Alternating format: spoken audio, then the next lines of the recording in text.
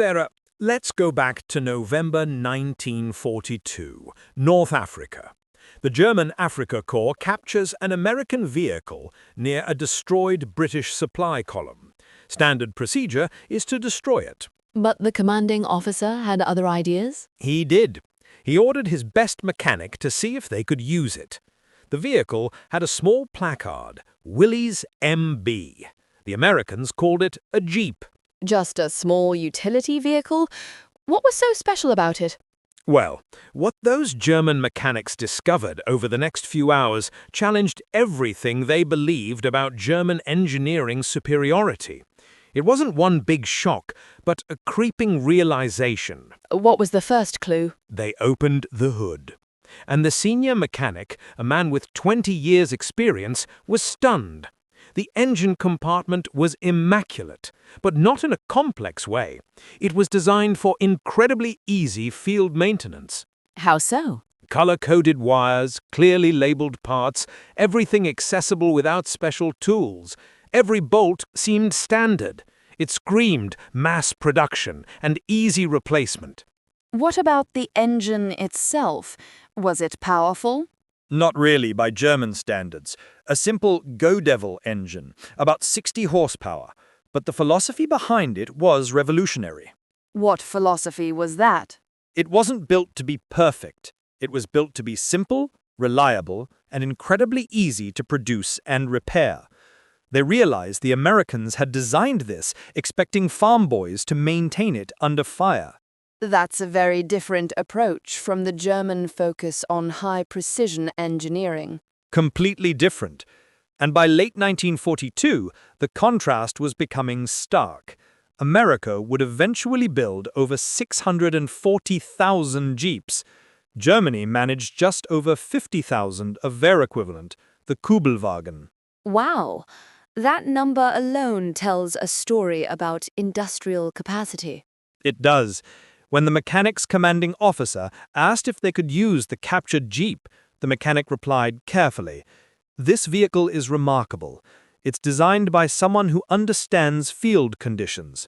Even better than German designs? The officer scoffed, saying German engineering was the finest. The mechanic simply pointed to the four-wheel drive system. What was special about the four-wheel drive? Its simplicity. A single lever engaged all four wheels. One lever. How did that compare to the German Kübelwagen? The Kübelwagen, designed by Ferdinand Porsche, was excellent in many ways. Lightweight, fuel-efficient, air-cooled engine. But its critical weakness? It was rear-wheel drive only. Which would be terrible in the soft sand of North Africa or the mud of Russia. Devastating. The Jeep, with its simple, robust four-wheel drive, could just power through conditions that would immobilize the Kübelwagen. Any soldier could learn to use it in minutes. So, practical battlefield capability over theoretical perfection. That theme continued as they examined the rest of the vehicle. The suspension used basic leaf springs, crude compared to the Kübelwagen's torsion bars, but far easier to repair in the field. The electrical system was simple but tough. The fuel system could run on almost any gasoline. What else stood out? The weight. The Jeep was significantly heavier than the Kübelwagen. German engineers would see that as a flaw. But the mechanics saw the purpose, durability. The frame was overbuilt, designed to take incredible punishment. So the Americans intentionally sacrificed some efficiency for ruggedness. It seemed so. They built a vehicle expecting it to be abused, overloaded, driven in conditions no engineer would approve of, and they engineered it to survive regardless. That doesn't sound like incompetence. It sounds like very clever, practical engineering. Exactly. It directly contradicted the German propaganda about clumsy American design. So the unit took the Jeep back, and for 3 days they put it through absolute hell. What kind of tests? Drove it through deep sand where Kübelwagens got stuck, overloaded it way beyond its rating, abused it mercilessly. And the Jeep? It just kept going. The four-wheel drive and low-range gearing let it crawl over obstacles the Kübelwagen couldn't handle. Word started spreading through the Afrika Korps. That the Americans had this surprisingly capable little vehicle. Officers and mechanics from other units came to see it. The reaction was always the same: skepticism, then grudging respect, then outright dismay as they grasped the bigger implications. One supply officer, who had worked in German auto plants, summed it up perfectly after studying the Jeep. What did he say? He said, "This represents a fundamental difference in approach. We build vehicles to achieve engineering perfection. The Americans build them to be manufactured. In total war, that matters more." He saw the mass production angle. Clearly. He pointed out the engine block, cast, not meticulously machined. A small performance sacrifice for huge gains in production speed. He noted the simple, stamped body panels, crude by German standards, but producible by the thousands in converted appliance factories. Factories making refrigerators one day, Jeep bodies the next. He told the other officers, "The Americans have mobilized their entire economy. We cannot match this capacity." It was a chilling articulation of what many were starting to fear. Germany's focus on quality was losing to America's focus on quantity and speed. And this wasn't just Jeeps, was it? German technical intelligence was getting similar reports about other American equipment. Exactly. Trucks, tanks, even aircraft. The sheer volume of American production was becoming terrifyingly clear. A study commissioned in late 1942 confirmed it. What did the study find? American factories were producing thousands of military vehicles per day. U.S. military vehicle production in 1942 alone exceeded the combined output of Germany, Italy, and Japan, and they were just getting started. Ironically, the captured Jeep became quite popular within its German unit. Soldiers wanted to drive it. Officers used it for reconnaissance because it was so reliable. And when it needed repairs? They found parts were easily scavenged from other captured Jeeps. Everything was interchangeable, another shocking concept compared to the variations in German manufacturing.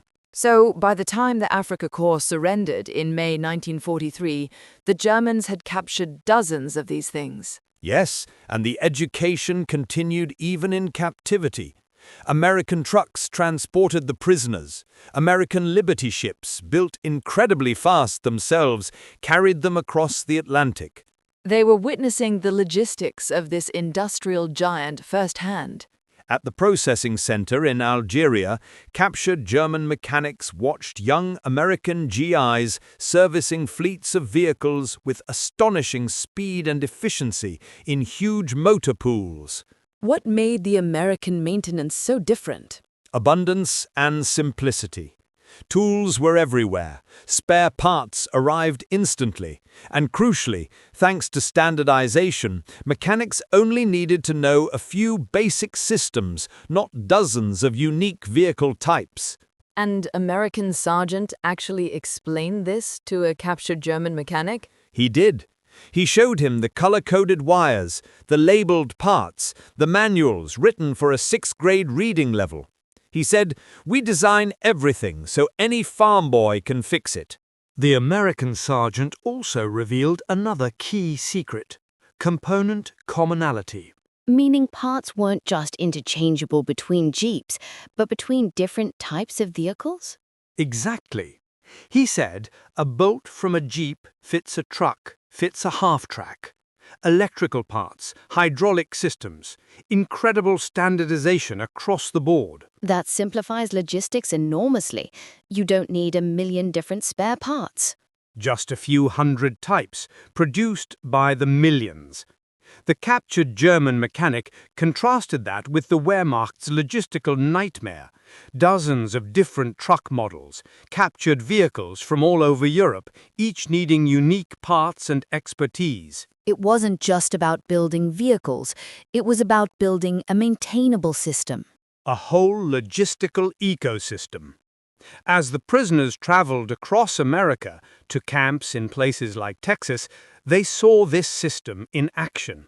Cars everywhere, factories booming, massive depots filled with military vehicles. And some of these skilled German mechanics actually ended up working in the camp motor pools? Yes, their expertise was needed. And there they got a 2-year masterclass in American maintenance philosophy. What were the key differences they observed working alongside American mechanics? American mechanics were relentlessly practical. German training emphasized maintaining vehicles to precise factory specs. American training emphasized keeping things running by any means necessary. Fix it fast, improvise if needed, and if it's truly broken, just get a replacement. And replacements arrived in days, not weeks or months. Parts were always in stock. It was the sheer abundance enabled by mass production and standardization. One German mechanic learned about Ford's Willow Run plant from an American soldier. Yes, the factory-building B-24 bombers. The American described how they were completing one heavy bomber every hour. Every hour. How? By breaking down the complex process into thousands of simple, repeatable steps. You didn't need master craftsmen. You needed workers trained to do one small task perfectly, over and over. The assembly line applied to everything. Even the Jeep itself. Willys and Ford both built them to identical, interchangeable specs. If one factory was bombed, the other kept going. Every mechanic learned one standard vehicle. It was designed for manufacturability, for reliability, for the realities of total war. As news of the Normandy landings reached the prison camps, it wasn't a surprise to these mechanics. They had seen the industrial engine that made such an operation possible. Thousands of vehicles hitting the beaches in the first wave. All transported by thousands of landing craft, themselves mass-produced. The scale was undeniable. Their pre-war confidence in German technological superiority evaporated. They realized quality couldn't beat this kind of quantity and efficiency. Right. Germany had mobilized its entire economy, stripping civilian production. Yet its total military vehicle output in 1943 was less than 100,000 units. America, while maintaining a booming civilian economy, produced over 2 million military vehicles that same year. It's just incomparable. And the American vehicles were arguably better suited for the war. When news of the Battle of the Bulge came, including German commandos using captured jeeps because their own vehicles were insufficient, it just confirmed the grim reality. Even Hitler's elite commandos needed American equipment. By the time Germany surrendered in May 1945, these mechanics weren't surprised. They had seen the mathematical certainty of defeat reflected in every jeep they serviced. What happened to these mechanics after the war? They were eventually repatriated to a devastated Germany, but they carried back invaluable knowledge. One mechanic, arriving in the ruins of Bremen, immediately sought work with the American occupation forces. Using his experience maintaining American vehicles. Exactly. The Allies needed mechanics. He needed work. He ended up supervising German civilians in an American motor pool, teaching them the simplified, efficient American maintenance techniques. Passing on the lessons learned in captivity. When asked by his American commander how he would design a vehicle for the new Germany, he described adapting the American philosophy. Common parts, simple maintenance, designed for manufacturing, but tailored for European conditions. Smaller, more fuel-efficient. And that thinking influenced Germany's post-war economic miracle. Profoundly. Companies like Volkswagen merged German engineering precision with American mass production methods. The Beetle embodied this synthesis. Former Wehrmacht mechanics brought their understanding of standardization and efficient logistics back to German industry. So the Jeep wasn't just a vehicle, it was a teacher. It was.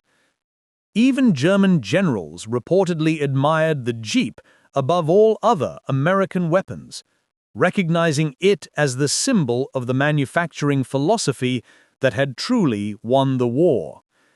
It represented simplicity, reliability, interchangeability, and overwhelming quantity, the very factors that Germany, focused on complex perfection, could never match.